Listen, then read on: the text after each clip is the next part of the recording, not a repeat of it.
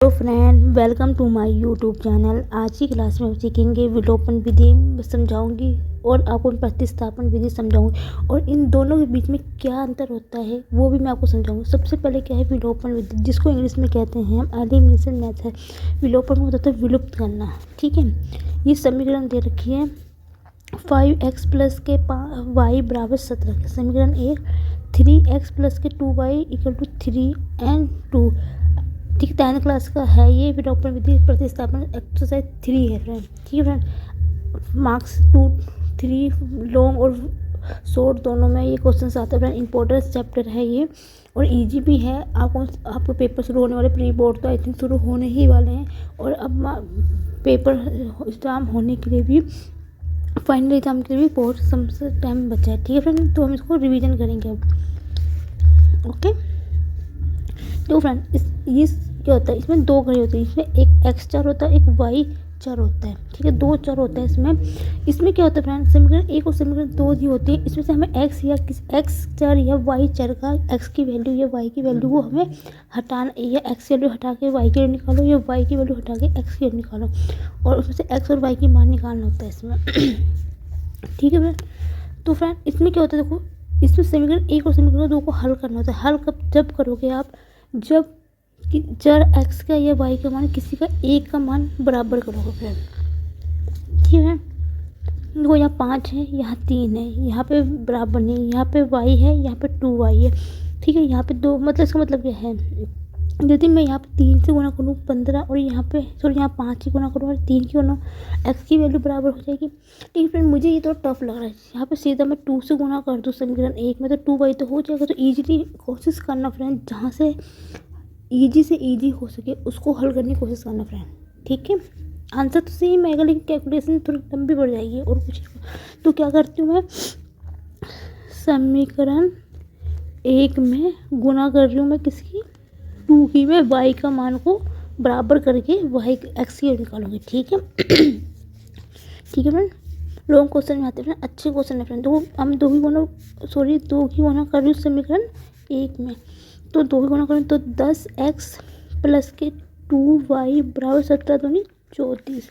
ठीक है, समीकरण ये कितने समीकरण बन के 3। ठीक है, अब क्या करेंगे, समीकरण 2, अब देखो y के मान बराबर हो गए ना, तो समीकरण 3 और समीकरण 2 को हल करने पर 2 पे हल। ठीक है फ्रेंड, तो क्या होगा, समीकरण 3 क्या है, 10x प्लस के 2y बराबर 34। ठीक है फ्रेंड, समीकरण सेकंड क्या थी, 3x प्लस के 2y इक्वल टू 13। तो फ्रेंड्स अब x का मान भी बराबर करते हो, आंसर सेम ही आना है। ठीक है फ्रेंड, थोड़ा फ्रेंड इसको ध्यान से करने की कोशिश करिए। बच्चे करते हैं कैलकुलेशन में थोड़ी सी गलती कर देते हैं। ठीक है, तो फ्रेंड यहाँ पे अब ये देखो दोनों प्लस प्लस है, प्लस प्लस कभी नहीं करता, प्लस माइनस हमेशा करता है। तो यहाँ पे क्या करेंगे, हम घटा देंगे। तो समीकरण 3 में से समीकरण 2 को यहाँ पर मैं लिख देती हूँ घटाने पर। ठीक है, तो ये देखो यहाँ प्लस है तो ये माइनस हो जाएगा। नीचे वाले चिन्ह को देखते हैं, ये प्लस है ये माइनस हो जाएगा। नीचे वाले चिन्ह को देखना है आपने। ठीक है, उसके अकॉर्डिंग उसके विपरीत चिन्ह लगाना है। ये प्लस है तो यहाँ माइनस हो जाएगा, ये प्लस है ये माइनस हो जाएगा। प्लस माइनस कट गया, देखो अभी तो माइनस का 3x हो गया, 10 में से 3 जाएंगे 7x, 34 में से 13 उठाएंगे, 4 में से 3 गया 1, 3 में से 2, 21 आ गया। तो x की वैल्यू कितना जाएगा, 21/7, 7 दिया 21। आपको पता है गुणा में जो संख्या होती है वो उसके भाग हो जाती है। x की वैल्यू 3 मिलेगी फ्रेंड। अब x का मान अब यह समीकरण 1 में रख लो या समीकरण 2 में रख लो, किसी में भी आप रख सकते हो। जैसे बस जरूर कोशिश करना जहाँ पे गुणा कैलकुलेशन कम करनी पड़े वहाँ पे रखना। देखो यहाँ पे सिंगल y है तो मैं यहीं रख रही हूँ। तो y का मान समीकरण x की वैल्यू 3 निकलेगी। अब क्या करेंगे, x का मान या समीकरण आप 1 में रख ली या 2 में रख ली, जिस पे आपको ठीक लगे, जिस में भी वैल्यू रखोगे आंसर सेम ही आना है। तो मैं कह रही हूँ x का, क्योंकि फ्रेंड समीकरण 1 में रख लो या 2 में कर लो, किसी में भी रख लो आंसर सेम ही आना है। तो मैं x का मान समीकरण 1 पे रखने पर, ठीक है फ्रेंड, रखने पर क्या होगा, 5 गुना 3 प्लस का y equal to 17, 15y equal to 17 होगी फ्रेंड। तो y बराबर हो गया 17, प्लस था नहीं, प्लस के 15 यहाँ प्लस का, ये माइनस का जाएगा, y इक्वल टू 2 क्या गया, x की वैल्यू निकल गई, y की वैल्यू निकल गई फ्रेंड। ओके मैम, ठीक है। अब फ्रेंड हम कैसे कंफर्म होंगे कि मेरा x का मान और y का मान, जो मेरा x की वैल्यू आई है 3 ये और y की वैल्यू मेरी जो 2 आई है, अब मुझे कैसे कंफर्म होगा कि मेरा आंसर सही है और हमने जो कोशिश किया है वो बिल्कुल सही है। एक एडवाइस जरूर दूंगी फ्रेंड, आपको पेपर में हमेशा थ्योरी मतलब लिख के ज़रूर आना। थ्योरी नहीं लिखोगे तो आपके मार्क्स जरूर कटोगे, फिर आप कहोगे कि हमें फुल मार्क्स नहीं मिले, हमारा आंसर तो सही था फिर भी हमें मार्क्स नहीं मिले। क्यों नहीं मिले? क्योंकि फ्रेंड आपको थ्योरी लिखनी ही पड़ेगी। समीकरण एक आपने क्या क्या किया है कि समीकरण एक में गुना करी है, आपने हल किया है, घटाया है, जोड़ा है, यह मान कहाँ पे रखा है, ये चीज़ आपको जरूर करनी पड़ेगी। क्यों करनी पड़ेगी? क्योंकि आपको मार्क्स तभी ही मिलेंगे। ये नहीं कि आप कुछ नहीं लिखोगे, वैल्यू रखी, गुना करी, काट पीट दिया, आंसर कर दिया, फिर आप कहते हो कि मार्क्स नहीं आते। मार्क्स कहाँ से आएंगे? तब आप कुछ बताओ, लिखोगे नहीं तो मार्क्स कहाँ से मिलेंगे? मार्क्स तो कटेंगे फिर आपके। फिर आप कहते हो कि हमारे मार्क्स कम आते हैं, मार्क्स सीरियसली कम आते हैं आपके। ठीक है। अब देखो फ्रेंड, अब मुझे कैसे कंफर्म करूँ कि मेरा एक्स और वाई का मान सही है? उसके लिए क्या करना पड़ेगा फ्रेंड, मैं क्या करती हूँ, एक्स और वाई का मान जो होते हैं ना, ये एक स्पष्टीकरण कह सकते हैं, स्पष्टीकरण। ठीक है। एक्स और वाई का मान मैं समीकरण 1 पे रख लूँ, आप 1 पे रख लीजिए, 2 में रख लीजिए, कहीं भी रख सकते हैं। तो 5 गुना 3 प्लस 2 इक्वल टू 17। आपको पता है ये लेफ्ट होता है, ये राइट है। यदि मेरी लेफ्ट हैंड साइड की वैल्यू मेरे राइट हैंड साइड के इक्वल आ गई तो इसका मतलब ये है कि मेरा आंसर बिल्कुल सही है। 5 या 15 प्लस 2 17 हो गया, 17 इक्वल टू 17 आ गया। Left hand side equal to आ गया राइट हैंड साइड के। इसका मतलब ये है कि जो मैंने एक्स और वाई की वैल्यू निकाली है फ्रेंड, वो बिल्कुल सही है। ओके फ्रेंड, अब हम करेंगे प्रतिस्थापन विधि। प्रतिस्थापन मतलब सब्स्टिट्यूशन मेथड। ठीक है, ठीक है फ्रेंड। प्रतिस्थापन विधि जिसको इंग्लिश में कहते हैं सब्स्टिट्यूशन मेथड। प्रतिस्थापन मतलब प्रतिस्थापन, यदि मैंने कोई वस्तु यहाँ पे एक्स रखी है और मैं उसको खिसका के इधर कर देती हूँ एक्स को, तो ये प्रतिस्थापन हो गया। अपने मूल स्थान से हिला के दूसरे स्थान पर, नए स्थान पर रखना प्रतिस्थापन विधि कहलाती है।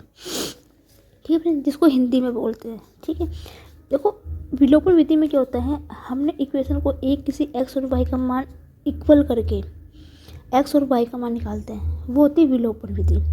प्रतिस्थापन विधि में क्या होता है, जो चर होता है ना एक्स और वाई की वैल्यू किसी इक्वेशन से, किसी एक समीकरण से ना एक्स और वाई की वैल्यू, एक्स या वाई की वैल्यू निकाल के समीकरण दूसरे में रख देना और एक्स और वाई के मान निकाल देनी है। बस इतना फ़र्क होता है इसमें। तो फ्रेंड एक एडवाइस जरूर दूंगी मैं आपको, हमेशा कोशिश करना जो चर एक्स और वाई का जिससे कांस्टेंट होते हैं, तो मतलब इसकी जो वैल्यू होती है जिसमें सबसे कम होगी ना उसको लेना। आप इसलिए लेना क्योंकि उसमें मल्टीप्लिकेशन गुना भाग करने में आपको ईजी रहेगा और जल्दी कम समय में आपका समय हो जाएगा फ्रेंड।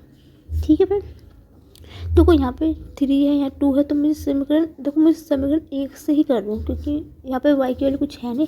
तो मैं क्या करती हूँ, यहाँ से मैं वाई की वैल्यू को निकाल लेती हूँ। ठीक है, वाई की वैल्यू निकाल लेती हूँ, तो क्या बनेगी समीकरण 1 से।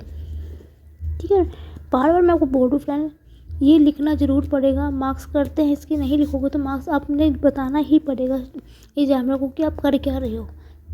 ऐसे कोई कि आप बस लिखा और कर, फिर आपके यदि 2 मार्क्स का पेपर हो तो आपको 1 ही मार्क्स मिलेगा। क्यों? 1 नंबर तो काट देगा क्योंकि आपने कुछ लिखा ही नहीं है, कुछ बताया ही नहीं टीचर्स को कि क्या कर रहे हो आप। ठीक है ना, तो यहाँ से क्या करना मैंने, y इक्वल टू कितना 17, ये 5x यहाँ से रखी, ये बन गई समीकरण 3। ठीक है, तो जिस समीकरण से आप चर x और y का मान निकाल रहे हो, आपने वो वैल्यू जो उसके विपरीत समीकरण होगी ना, जहाँ पे आपने वैल्यू नहीं निकाली वहाँ पे रख देना। समीकरण 1 से निकाले तो समीकरण 2 में रख देना वैल्यू, यदि 2 से निकालो तो समीकरण 1 में। अब मैं कहूँ y का मान समीकरण 2 पर रखने पर, क्यों? क्योंकि मैंने अभी समीकरण 1 रखने पर, ठीक है, क्योंकि मैंने समीकरण 1 से निकाला है, तो क्या होगा 3x ऐसे प्लस के 2 इंटू 17 माइनस के 5x इक्वल टू 13। ठीक है, अभी 2 है, ब्रैकेट है, सब में गुना होगी, 3x प्लस के 34 10x इक्वल टू 13। ठीक है फ्रेंड, एक्स एक्स वाले एक तरफ ले लो और वाई और जो नंबर है उसको ले लो। तो वो माइनस का ये प्लस का, तो माइनस का 7x क्योंकि बड़ी संख्या माइनस में 13 माइनस के 34 माइनस के 7x माइनस के कितना आएगा 1 2 माइनस का क्योंकि बड़ी संख्या माइनस की करेगी। एक्स की वैल्यू कितना 7 या 21, एक्स की वैल्यू 3 निकल गई। ठीक है, अब फ्रेंड एक्स का मानना मैं यहाँ पे रखूँगी समीकरण 3 में। जब भी कोई प्रतिस्थापन वाली विधि वाला क्वेश्चन फ्रेंड आपको आता है ना, आपने जो समीकरण 3 निकाल ली होगी ना, आपने वहीं पे रखना। वहाँ पे बहुत इजीली नंबर नहीं इजीली निकल जाएगी वैल्यू, क्योंकि आप यहाँ पे रखोगे ना तो आपको थोड़ा टाइम लग सकता है। लेकिन यहाँ पे सिंपल सा क्वेश्चन है तो यहीं पे मान रखना फ्रेंड। तो मैं कर रही हूँ एक्स का मान समीकरण 3 पर रखने पर।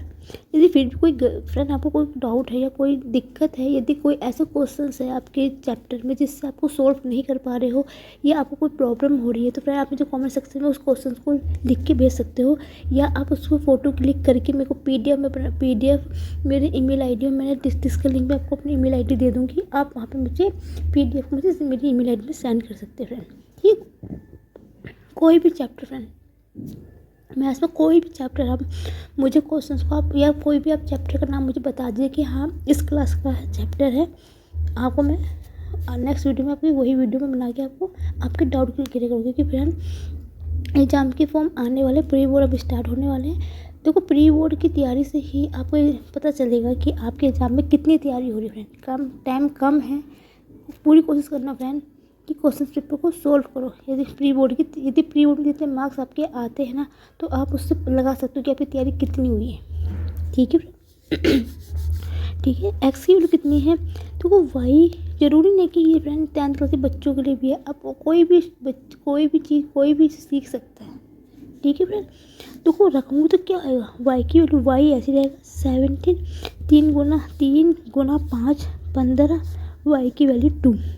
ठीक है फ्रेंड, देखो यहाँ भी 3 और 2 आई थी, यहाँ भी 3 2 आई। देखो किसी विधि से यदि एक ही समीकरण हो ना, किसी भी समीकरण से आप हल करोगे ना, तो वैल्यू एक्स और वाई की सेम ही आएगी फ्रेंड। उम्मीद है समझ में आया होगा फ्रेंड। ठीक है, अब देखो एक्स वाई की वैल्यू निकल गई। अब सेम वही प्रोसेस है, स्पष्टीकरण क्या करना है। तो समीकरण 3 है ना, 70 माइनस 15x, यहाँ पे मैं वैल्यू पुट कर दूँगी एक्स और वाई की, और आप सोल्व कर सकते हैं।